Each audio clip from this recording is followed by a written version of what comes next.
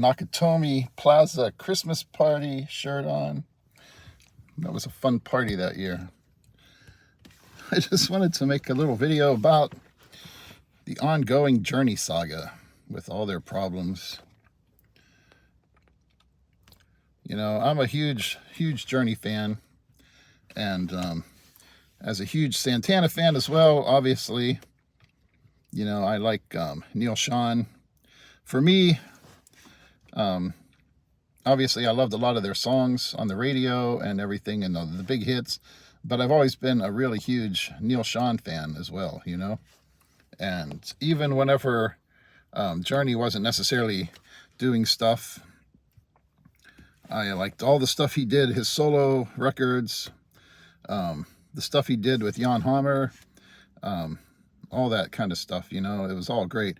I remember actually, you know, everybody talks about Steve Perry and his incredible vocals and how no one can replace him. And I remember one time going to work after I'd been listening to I think it was Untold Passion, the one Neal Schon and Jan Hammer album, and telling one of my friends, you know, I was like, I think his vocals actually might be better than Steve Perry, you know. And he's like, oh, wow, this friend of mine, he's like, wow, that's pretty good. But I don't know, Steve Perry, for me, I really like a lot of his stuff, including a lot of his solo stuff too, you know. But his vocals, you know, even though that was part of the attraction, you know, that his voice was different and everything, some of the over the top, you know, the over the top angst and whininess just kind of was a little bit annoying to me sometimes, you know. So whenever they get the singers after he left who were always trying to see how closely they could imitate what he did, it wasn't always the best thing, in my opinion. You know, I would have liked to have heard something, maybe sing some of that stuff a little bit straighter and with more of their own voice, than instead of trying to always imitate what Steve Perry did. Of course, my wife, being from the Philippines, she's a huge Arnel fan, and you know, we had the chance to see him here in Orlando a couple years back with Toto, and so that was really good. Actually, I thought Arnel sounded really good that night we saw them. Sometimes I've seen him, some of the different recorded performances I've seen on TV or YouTube or whatever, and I didn't think he was that spectacular, but man, the night we saw them, they were really on their game, you know. And you know, different times that I've seen Journey through the years, I remember one time up in Pittsburgh, I saw Journey with Styx and REO, and Neal Schon, out of all of those guitar players, certainly had the best tone. He knows what he's doing, you know, and live, it just sounds incredible.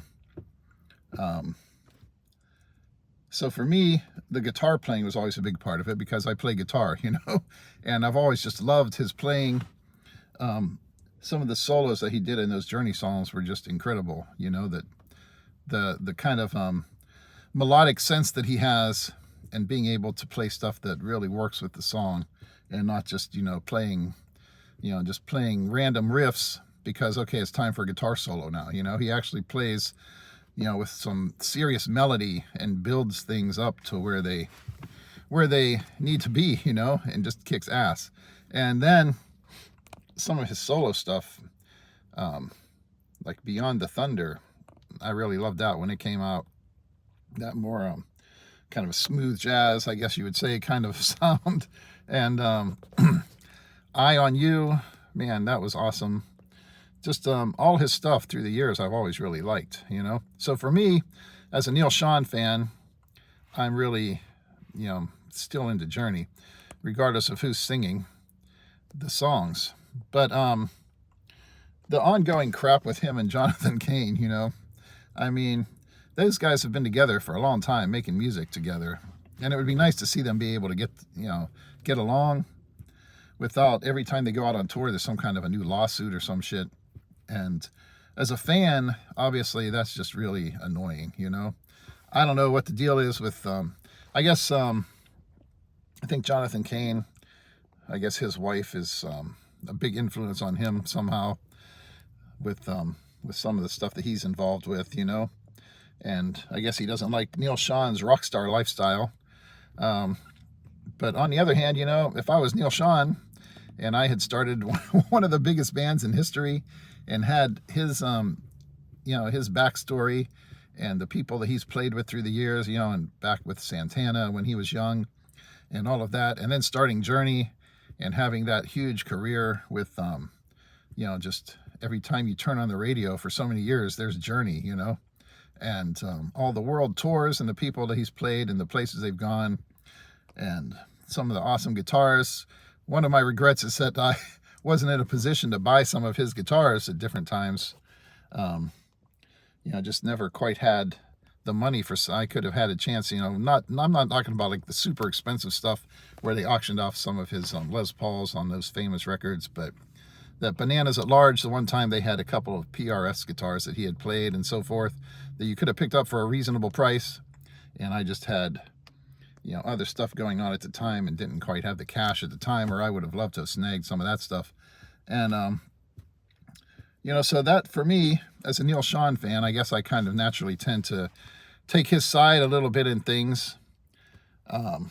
It's not for me to say how much he should be spending on a hotel at night or whatever. I saw the comment he made, I guess in Jonathan Cain's lawsuit, the most recent version, talking about how he's, maxed out like $1 million Amex, and they're supposed to only be spending $1,500 a night on hotels, and he's like going, up to 10 grand or something. I don't know what to do. You see the stuff on Facebook and everything, and where they post the pictures in their, flying around in their private jet and stuff. Why not live the rock star lifestyle if you can do it?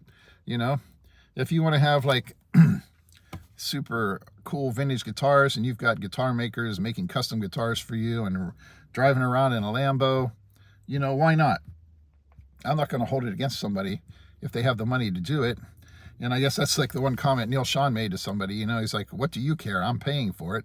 So I don't know if he was saying that in terms of I'm paying for it, or, hey, I am paying for it, since Jonathan Cain seems to be alleging that, the band is paying for it or something.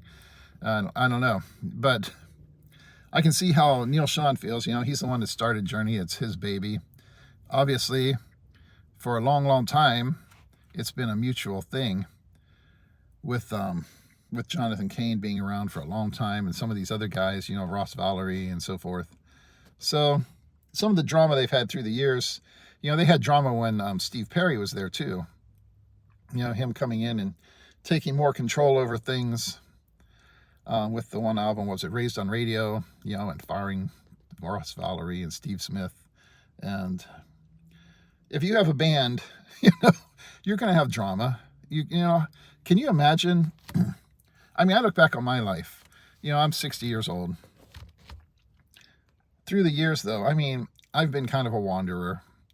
I've known so many different people in so many different places. People come and go in your life. Can you imagine being with the same group of people for 50 years in a band? Man. And through that time, everybody's life is changing and growing, and they're doing different things and moving in different directions. Expecting people to have a band for that long and have to get along, instead of outgrowing each other. It's amazing to me that they've been able to keep up that kind of relationship, and they're still out there on tour, being professional and playing the songs. I mean, you can see there's a little bit of personal animosity creeping in, I guess. I know from some of the things I've seen through the years, it seems like Dean Castronova is kind of, like Neal Schon's, kind of project, helping him out and keeping him engaged with things. So there's probably a little bit of conflict there with some of these guys, interpersonal relationships, who they're closer to and so forth. And I don't know, I saw the thing about the argument about Jonathan Cain playing rhythm guitar on Wheel in the Sky or whatever. And so, I don't know, maybe Neal Schon's like, screw you, I'm the guitar player in this band or whatever. It's sad to see that stuff. But how many people who have been around for 50 years are still out there selling out stadiums, and have produced those kind of hits that so many people care about and love, and are still out there putting on a great show, you know.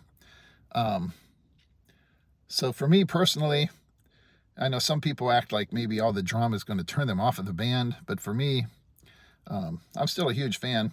You know, what matters to me, honestly, is that I can still put on those records, you know, those CDs, go on YouTube, wherever, and find that music and be able to jam along with it. You know, especially since I'm really getting back into my guitar playing these days.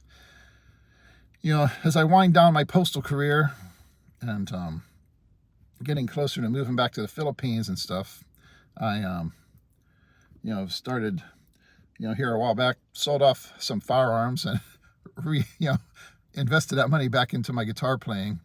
Can't take the guns with me, you know, but really starting to get back into my playing. And hopefully as I get older, you know, I'll be able to keep my hands and everything in shape and get back up to speed where I need to be. But it's just fun to crank up those records and rock along with it, you know. And for me, you know, I'm never going to not be a Journey fan just because these guys are suing each other and having their little personal disputes. Man, if I had to, I think back to people I knew 40, 50 years ago. There have been some people in my life that, you know, I'm happy they're gone, you know. And I would have never been able to still get along with some of those people all these years, you know, decades later. So that's just a natural thing. I'm amazed at how long they've managed to make it, and they still keep going, you know. So rock on.